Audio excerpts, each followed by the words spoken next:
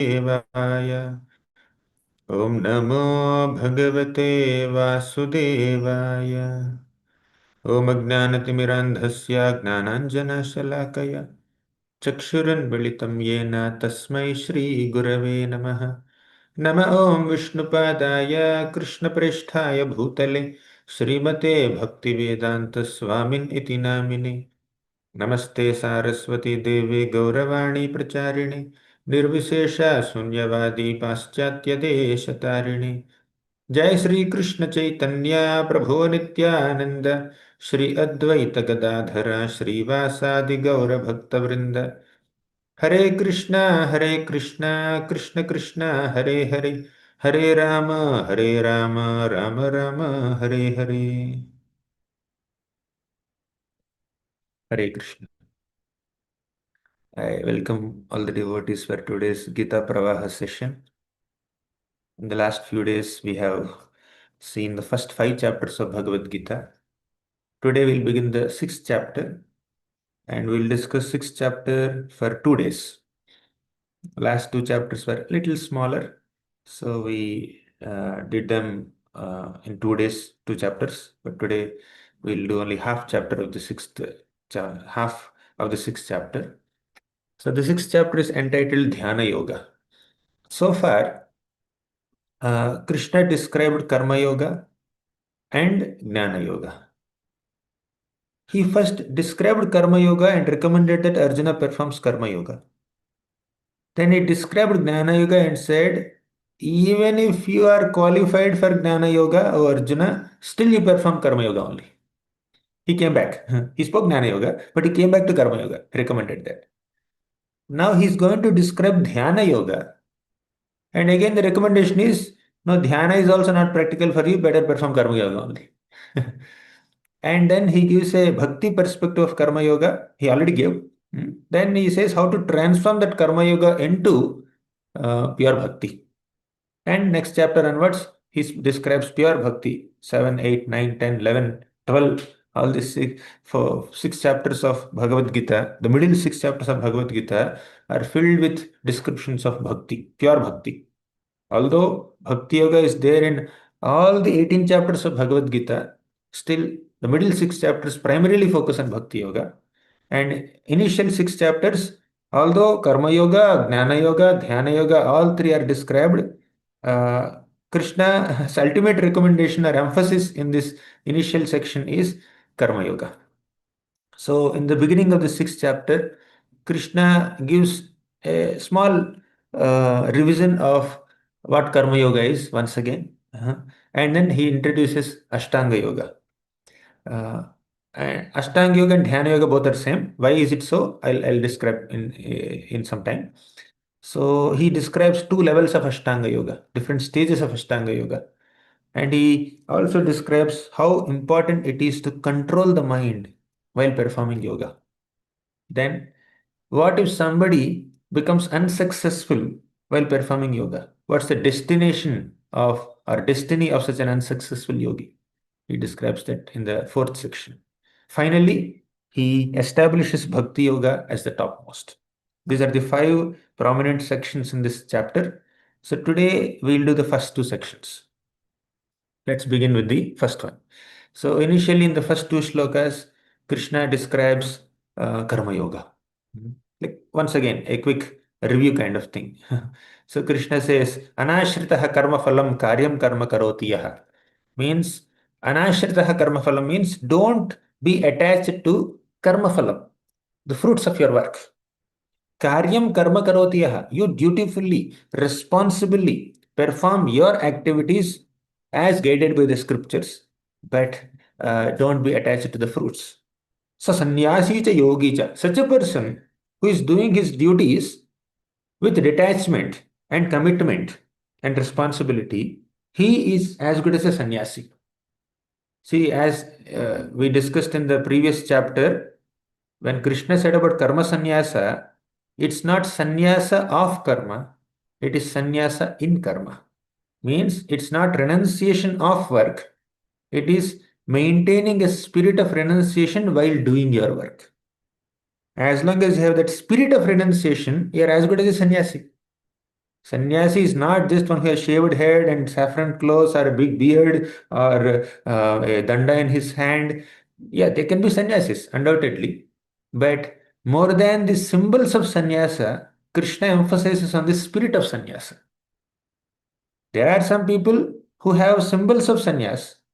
Formally, they accept the robes of a sannyasi and they also maintain the spirit of sannyasa. But there are some people who may not accept the robes of sannyasi. They may be in the mainstream society, doing their household activities and professional responsibilities. But when they maintain the spirit of renunciation, they're as good as sannyasis. Some are rishis, sages. Some are rajarshis. Rishi and rajarshi, what's the difference? A rishi is one who is acting like a sage, living in the forest or living in very simple life. But a rajarshi is one who is ruling the kingdom. He's a raja, but he's as good as a rishi in terms of his detachment and knowledge and maturity, right? So, uh, Krishna emphasizes on maintaining the spirit of sannyasa, maintaining the spirit of detachment and renunciation while doing your prescribed duties. There may be some rare souls who can really actually accept sannyas and maintain the standards of sannyasa, maintain the integrity of sannyas order of life, and they can be liberated nicely. But not everyone is qualified for it. Not everyone need to do it, right? So you mainstream society, you be in the mainstream society and maintain spirit of sannyas. So he emphasizes on it once again, and then he introduces this dhyana yoga. There are two levels of dhyana yoga. Dhyana yoga is also called ashtanga yoga. You know why? What is dhyana? Dhyana means meditation, deep thinking.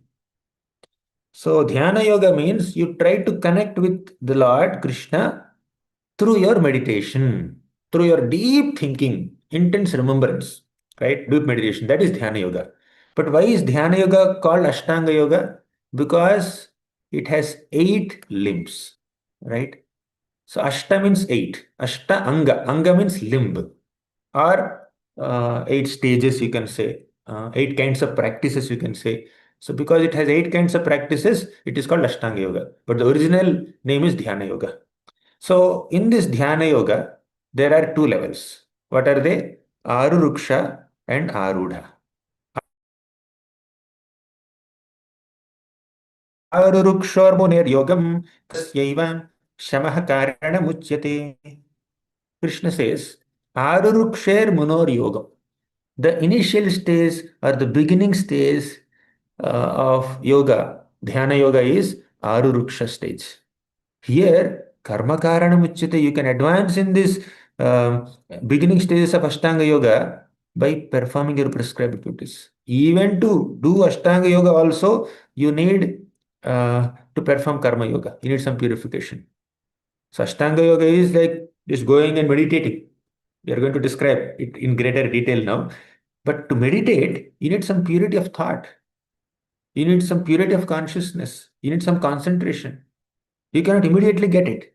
So perform your prescribed duties responsibly with detachment, and a detached spirit of working will eventually bring some purity in your heart. Eventually help you meditate better. Right? Therefore, Krishna says, even if you choose to perform Ashtanga Yoga or Dhyana Yoga also, you need to begin with Karma Yoga. Do your duties nicely. Yoga rudhasya tasyaiva shamah karanamuchyate. Then once you come to advanced stage of Ashtanga Yoga, which is called Arudha, then Shamaha Karanamuchyate, then you can give up your actions.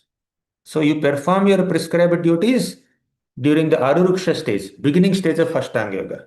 Once you're very mature, you come to Arudha stage, it's like you can give up your activities. Just like on the Gnana platform, you did not perform your prescribed duties. We discussed it already. It's like climbing a ladder, right? When you're climbing a ladder like this, Aruruksha means you are in the climbing stage. Arudha means you have already climbed the ladder. You already matured.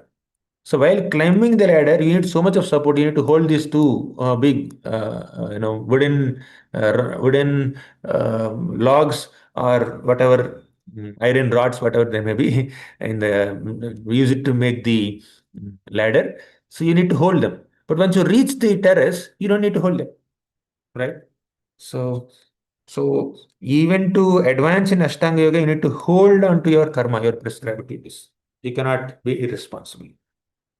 Then Krishna says, Yada hinendriyartheshu nakarmasmanusajjate sarva sankalpa sannyasi yoga rudhastadocyate. Yada hinendriyartheshu. Indriya artheshu means sense objects. When there is no attachment to sense objects, na karmashu anusajjate. When there is no attachment to sense objects or to perform activities to attain specific sense objects, means this is fruitive activity. Means you are trying to perform an activity with a specific desire to attain a specific fruit. Here, specific enjoyment, indriyartheshu. Sarva sankalpa sannyasi renounce all desires for fruits.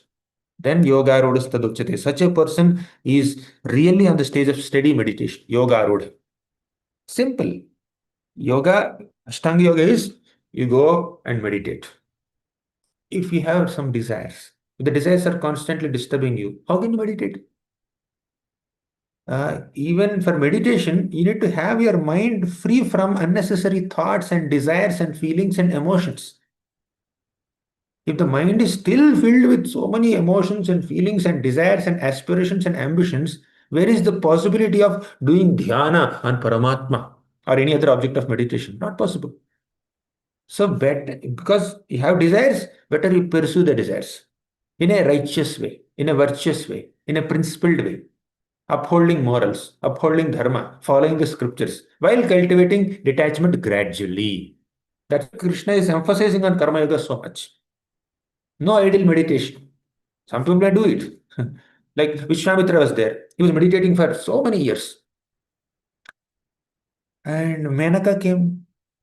She started disturbing his meditation. Then he gave up his meditation and started dancing with her. And after some time, Rambha came. And Vishwamitra, this time, he became very angry with her. She cursed her. Right? So, while doing his meditation, Vishwamitra once became a victim of Kama, another time became a victim of Krodha. So, that urge to enjoy, like that lust and anger are still there. And he's trying to meditate. But an honest karma yogi, what does he do? He may not immediately imitate higher stages of meditation. He may pursue his regular activities according to his swabhava, do karma yoga, slowly offer the results to Krishna, and gradually purify himself by doing their prescribed duties. So that's a more organic way, not a abrupt way. That's why Krishna is repeatedly emphasizing on karma yoga. Now let's come to dhyana yoga. We are yoga, and ultimately we'll conclude this dhyana yoga is not practical. Right? Like everything in the Bhagavad Gita is not the ultimate recommendation of Krishna. Even in Bhagavatam also, so many processes are described. They're described but not prescribed. Just because they're described, don't think that they're being prescribed. So Krishna says, even if Krishna doesn't say, Acharyas say that it's not practical for you, you cannot do Ashtanga Yoga. You'll understand how impractical it is to perform Ashtanga Yoga, especially in 2025 or 2026. We are entering 2026 very soon, right? Not possible. But still, let's understand it for the sake of understanding. There are 8 stages in Ashtanga Yoga or Dhyana Yoga. What are they? Number 1, Yama means avoiding some unnecessary things. Niyama, adopting some good things. Pranayama, breathing exercises. 5, Pratyahara, self-control. 6, Dharana, fixing the mind on the Lord's form. 7th, Dhyana. 8th, Samadhi.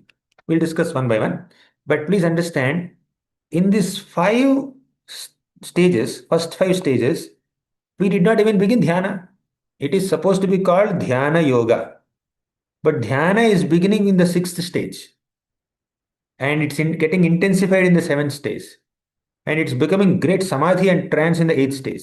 So the 6th stage dharana is the preliminary dhyana. And 7th stage is actual dhyana. 8th stage is advanced dhyana. All 3 are dhyana in different facets.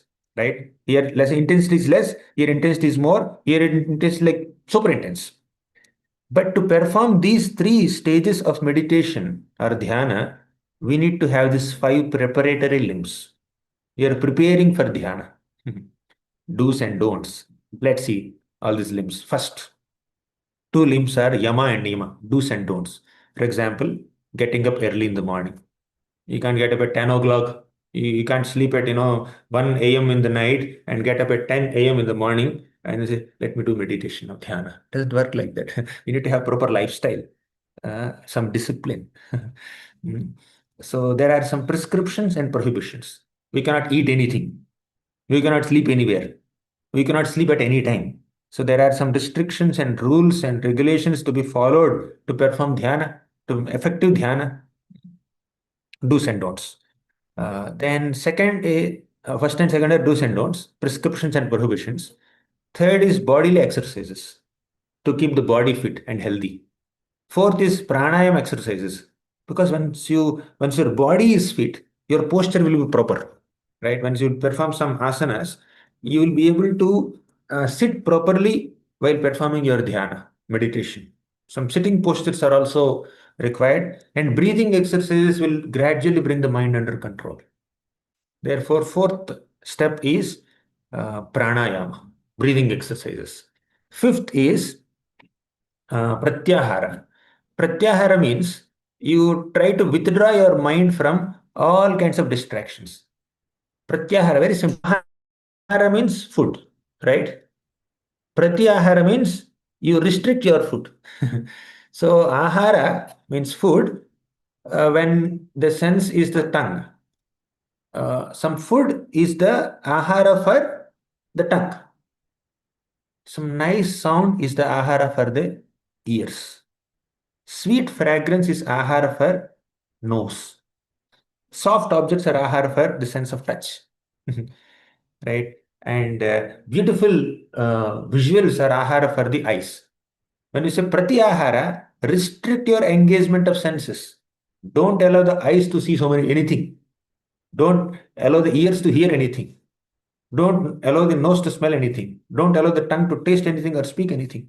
So you are restricting your senses and restricting your mind. That is called pratyahara, right? So don't allow your senses and mind to explore the sense objects in this material world. Try to restrict them, withdraw them. That withdrawal stage is called pratyahara, right?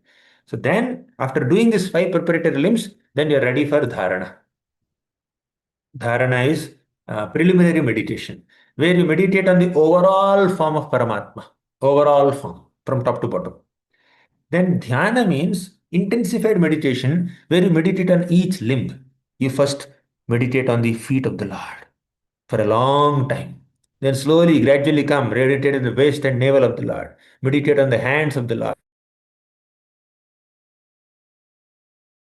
Meditate on the beautiful face and smile and eyes. Meditation, dhyana. And by such meditation, you enter into deep trance. That is samadhi. Total 8 limbs.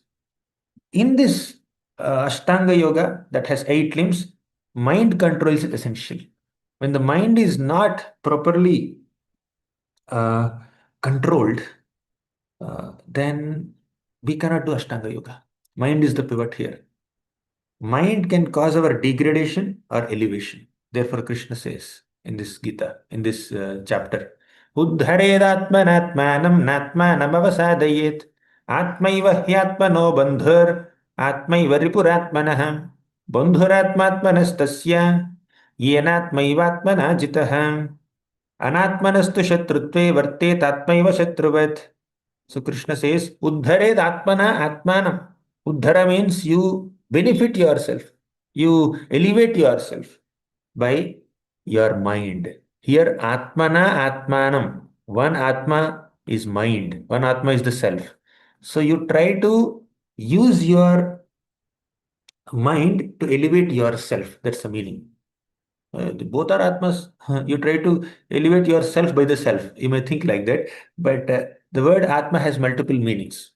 Sometimes Atma word is used to indicate the soul. Sometimes Atma can be Paramatma, in short. Sometimes Atma word is used to indicate the body, sometimes the mind, sometimes the self. So, depending on the context, we need to understand the text. So, scriptural understanding is not possible by a textual analysis. we need to also see the contextual analysis. We cannot get the literal dictionary meaning. All the meanings of many of these Sanskrit words are not eternally frozen in a dictionary. They take on different meanings according to the context, right? So, anyways, coming back to the main shloka, we need to elevate ourselves with the help of mind. Natmanam avasadayet. Don't degrade yourself. Atmaiva hi atmano bandhur. This mind is the friend of the soul, or atmaiva ripuratmanaha. Bandhu means friend, ripu means enemy. So mind can act as our enemy or friend depending on how we channelize the mind's activities. So mind has lot of attachments, lot of aversions. Attachment means what you like. Aversion is what you don't like. And these attachments will make one perform so many sinful activities to attain what you are attached to. And aversions can induce a lot of hatred. He is my enemy, she is my enemy. Unlimited negative impressions are there. You start hating people, hating places, hating things, hating objects, or somebody brings one sweet, som papdi. I hate som papdi. I don't like it. You may not eat it, you may not like it, that's fine, but don't hate it. Getting right?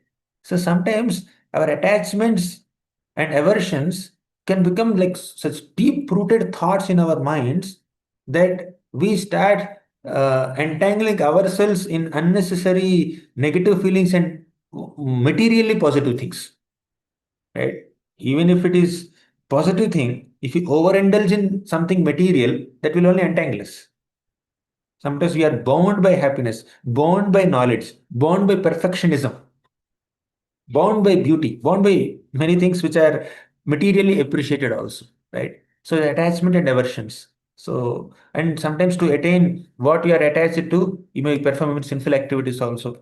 Thus, mind becomes a storehouse of so many impressions, past impressions and future impressions.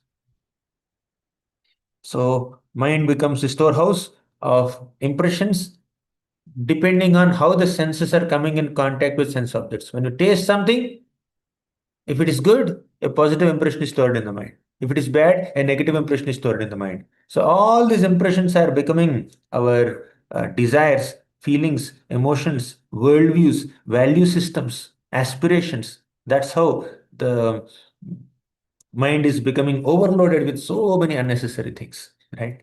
So social media now, so many impressions. So the problems with uncontrolled mind are unlimited, as we have seen in the second chapter of Bhagavad Gita also. We have seen, right? You remember, Dhyayato Vishayan Pumsam Sangasteshopajayati, that 8 steps of fall down described by Krishna in the Bhagavad Gita second chapter. All this begin with uncontrolled mind.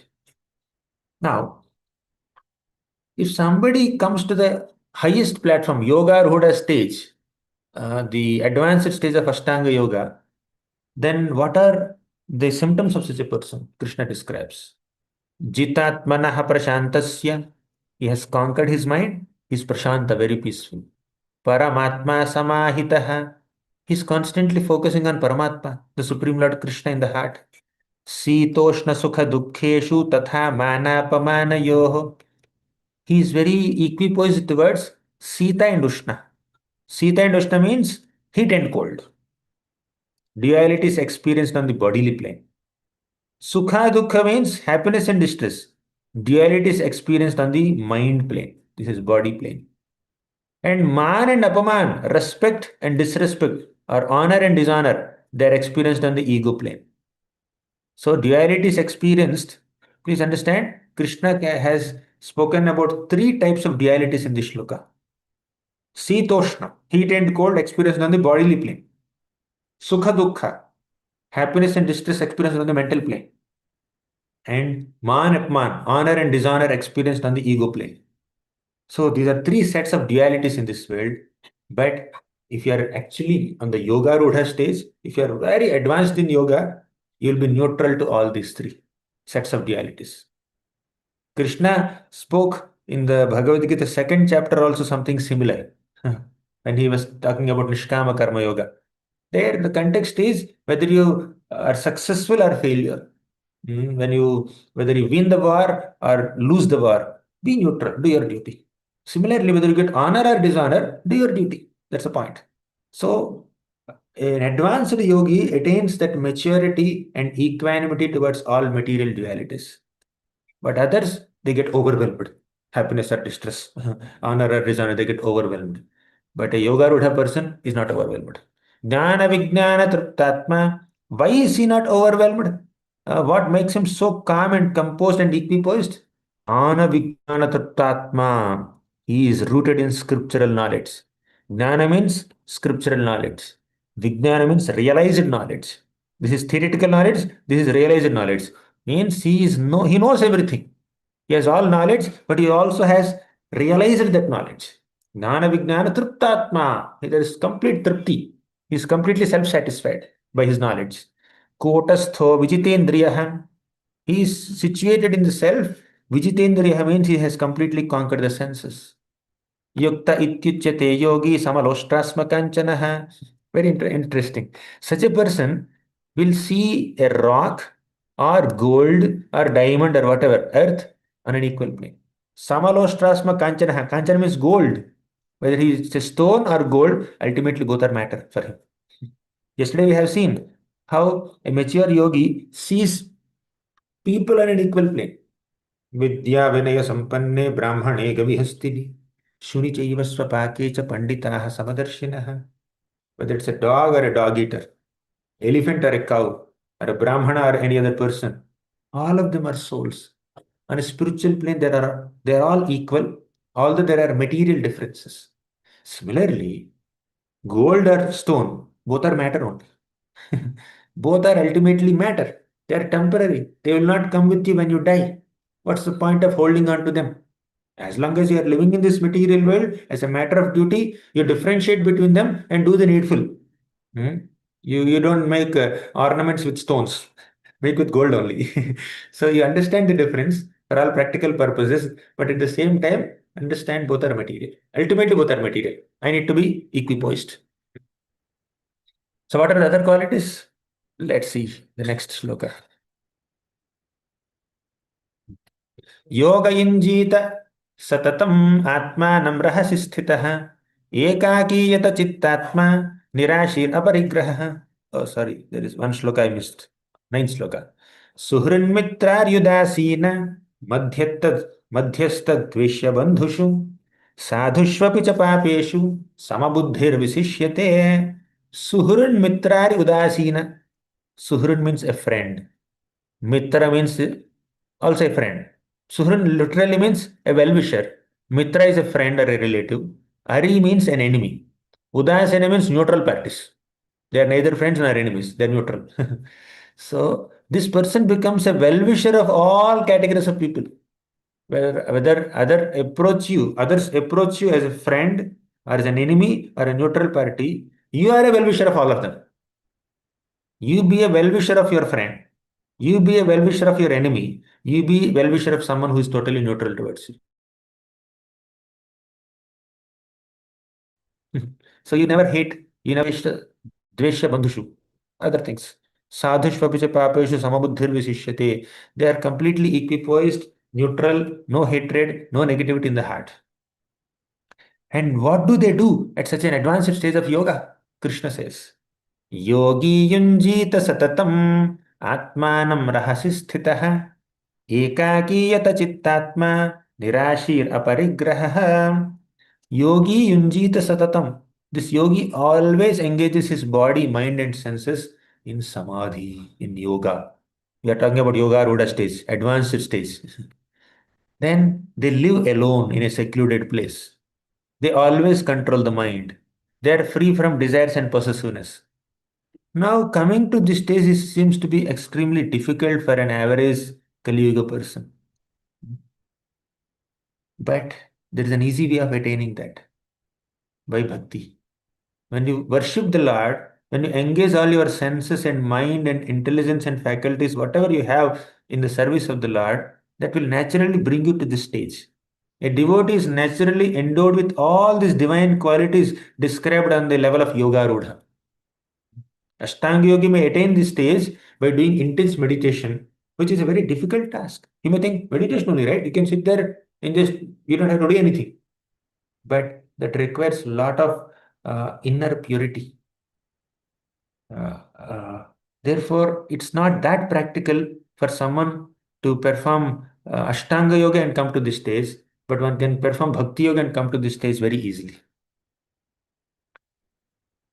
Now, what are the practices? We have seen someone who is very mature in the Ashtanga Yoga or Dhyana Yoga. But to come to that level of maturity, what all one needs to do? What are the different practices one needs to adopt? Krishna says now. शुचौ देशे प्रतिष्ठाप्य स्थिरम् आसनमात्मनः नात्युच्चरितं नातिनीचं चैलाञ्जनकुशोत्तरम्. Suchau deshe pratisthapya means you stay at a place which is very clean. Seems okay. Sthiram asanam atmanaha. You make a sthiram asanam. You sit in a very proper posture, right posture, sitting posture. That people may feel, oh, really? I have to always keep my back erect like this. After some time, they'll become like this. So they are erect like this for a few minutes. They become like this after some time. The physical posture is not maintained consistently. And not so high, not so low. You are sitting at some place, but it should not be too high, too low. And you can use this deer skin or white cloth, soft cloth. Tatraikagram manah kritva yata chittendriya kriyaha means you focus on the tip of the nose. Like that, there are so many uh, rules. Samam kaya shiro grivam. Kaya means body, shira means head, griva means this neck. All of them should be in a straight line. So sampreksha nasigagram swam. You please focus on your nose, the tip of the nose. If you completely close your eyes, you may fall asleep. If you open your eyes completely, then you will be distracted by so many visuals. So half close your eyes. And what is half closing? Trying to focus your vision on the tip of your nose, like this. Mm. And how long? For a few years or few centuries. Or maybe few yogas keep on focusing like that. Not possible for an average Kali Yuga person. And dishascha anavalokayan. Don't look at things around you. Don't look in different directions. Prashantatma vigatabhir. You should be very peaceful. Vigatabhir means don't be fearful. Most of the times, Ashtanga yogis perform their Ashtanga yoga in forests. Just imagine going to a forest, making such a seat described here, and sitting there and focusing on the tip of the nose. Don't fear, they say. Tiger may come, fox may come, snake may come, but still you should not be fear. You should not be fearful. Without any fear, you should do it. In a city, you cannot not do it. Only in jungle you can do it. But jungle there is other fears. When mosquito bites, then we will just feel, oh my God, I cannot do my meditation here. I need a peaceful place. So that's why it's not practical. Some yogis must have done it. Great souls in the past, yugas must have done it, but not for a Kali Yuga person. So sitting firmly in a clean, secluded place, sacred and secluded, not too high, not too low, on kusha grass with deer skin and soft cloth, fixing the mind on one point, controlling the mind and senses, one should do yoga. Being erect by keeping the body, neck, and head straight, being motionless and firm, staring steadily at the tip of the nose. So, how many of you are ready for it? Please go ahead. Then, what is the goal? Simple. Yunjan evam sadatmanam yogi niyatamanasah. A yogi, an Ashtanga yogi, controls his mind constantly and performs all the prescribed practices of Ashtanga yoga for what? Shantim, Nirvana Paramam, for attaining ultimate peace and liberation. And matsamstham adhigachati, such a mature yogi, successful yogi can attain me. Ultimately, the goal of all yogas is to attain Krishna only.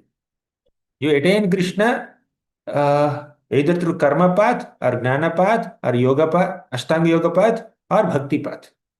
But why is bhakti most effective and practical and easy? We have seen in the previous sessions, and we will see in the next maybe almost 10 sessions, right? So bhakti is easier. Now you show nose like this also. In Andhra, there is a proverb: you show nose like this also, or like this also. Where is your nose? Yeah, I can ask some kids. They say they show like this, or they can show like this also. You are ultimately attaining Krishna only. Either do it in the easy way through Bhakti Yoga or Ashtanga Yoga way. By the way, When you're doing Ashtanga Yoga, it's not that easy. Practice is not easy. And you will attain Krishna if you're successful. But what aspect of Krishna will you attain matters. Through Jnana Yoga, one attains Krishna in his Brahman feature, his Brahma Jyoti only. Through Ashtanga Yoga, if you become successful, one attains Krishna in his Paramatma form only. It's a partial expansion. But only through bhakti you will attain Bhagavan Krishna. Right? The Lord has three features: Brahman, Paramatma, Bhagavan. Brahman is the Brahma Jyoti, the bodily effulgence of Krishna. If somebody is interested in it, fine, let them go ahead.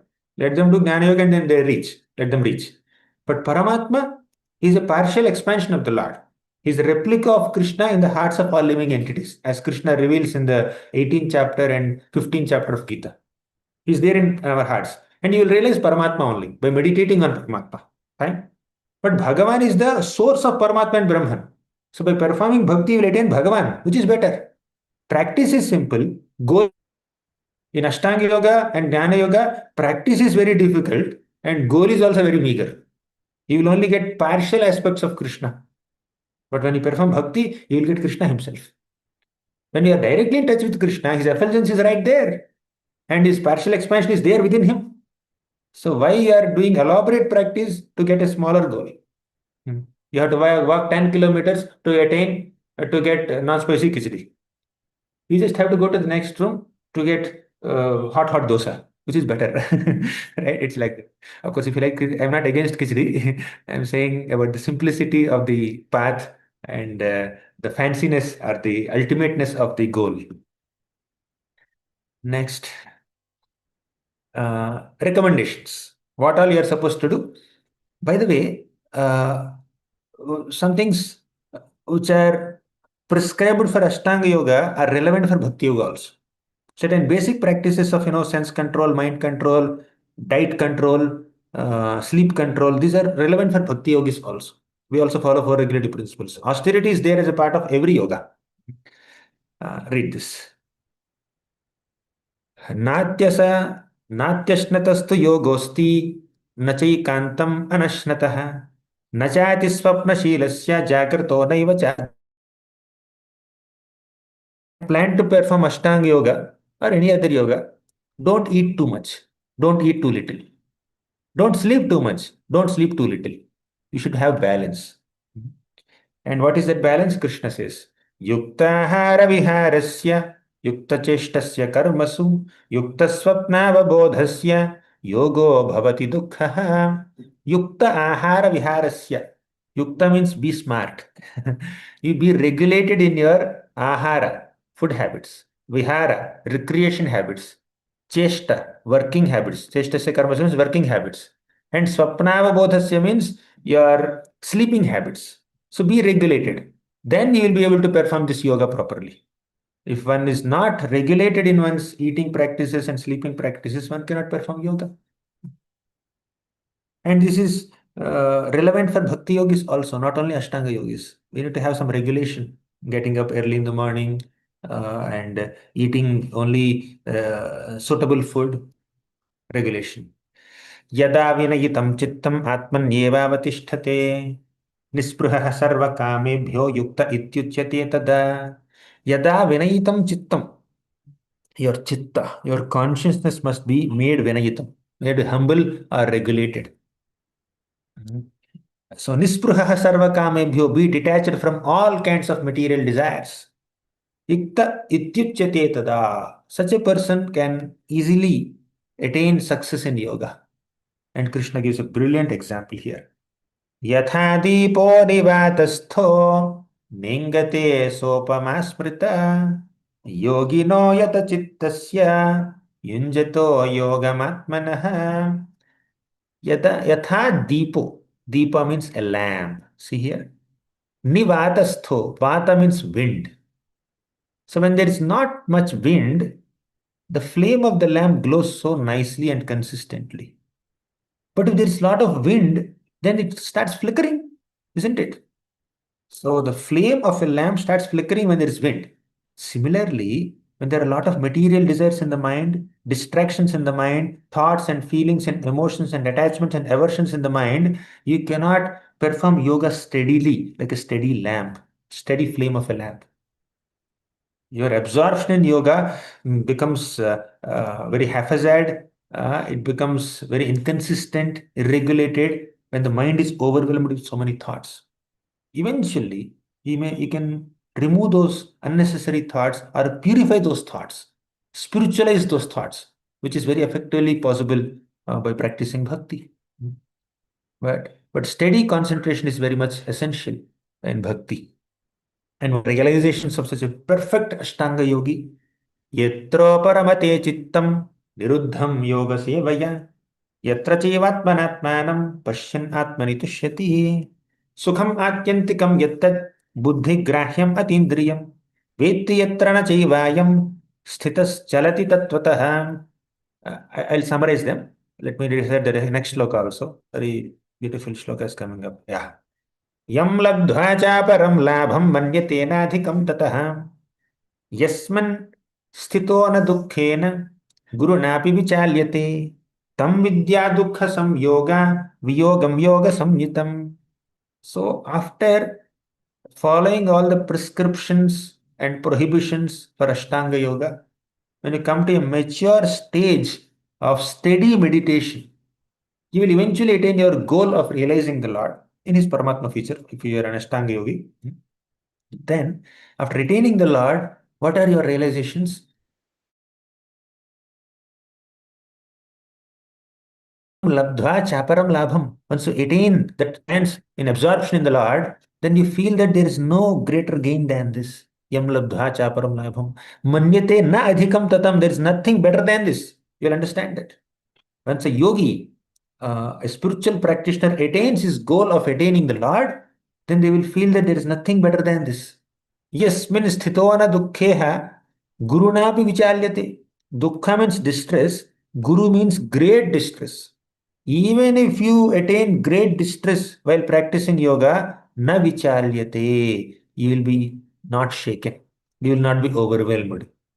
Tam vidya dukkha samyoga viyogam yoga samyuktam. Whatever difficulties or impediments or hindrances you are facing in the practice of yoga, they will not overwhelm you. They will not bother you. You will not be affected by them. It's like you're walking on the street when it is heavily raining, but you have an umbrella with you. You will not be affected by the rain. Or you have a big raincoat with you. You will not become wet. Similarly, while living in this material world, you may face so many impediments and difficulties, but when you are practicing yoga, it's like having an umbrella under you, above you. So you will not be affected by material distractions. And this facility is given by Karma Yoga also, Jnana Yoga also, Ashtanga Yoga also, and Bhakti Yoga also. Basically, yoga means you are trying to connect with the God. And there are four ways of connection: through karma, action, through dhyana, meditation, through jnana, knowledge, through bhakti, devotion. So, in somehow or the other, you are trying to connect with the Lord. So, that connecting with the Lord means you are going from this material platform to spiritual platform. So, when you are in touch with the spiritual platform, then you will not be affected by the ups and downs on the material platform. That is the power of yoga. Ashtanga is a little difficult, but Bhakti Yoga is much easier. We will complete Ashtanga Yoga description tomorrow, and we'll enter Bhakti Yoga day after tomorrow. Thank you very much. Srimad Bhagavad Gita ki jai, Srila Prabhupada.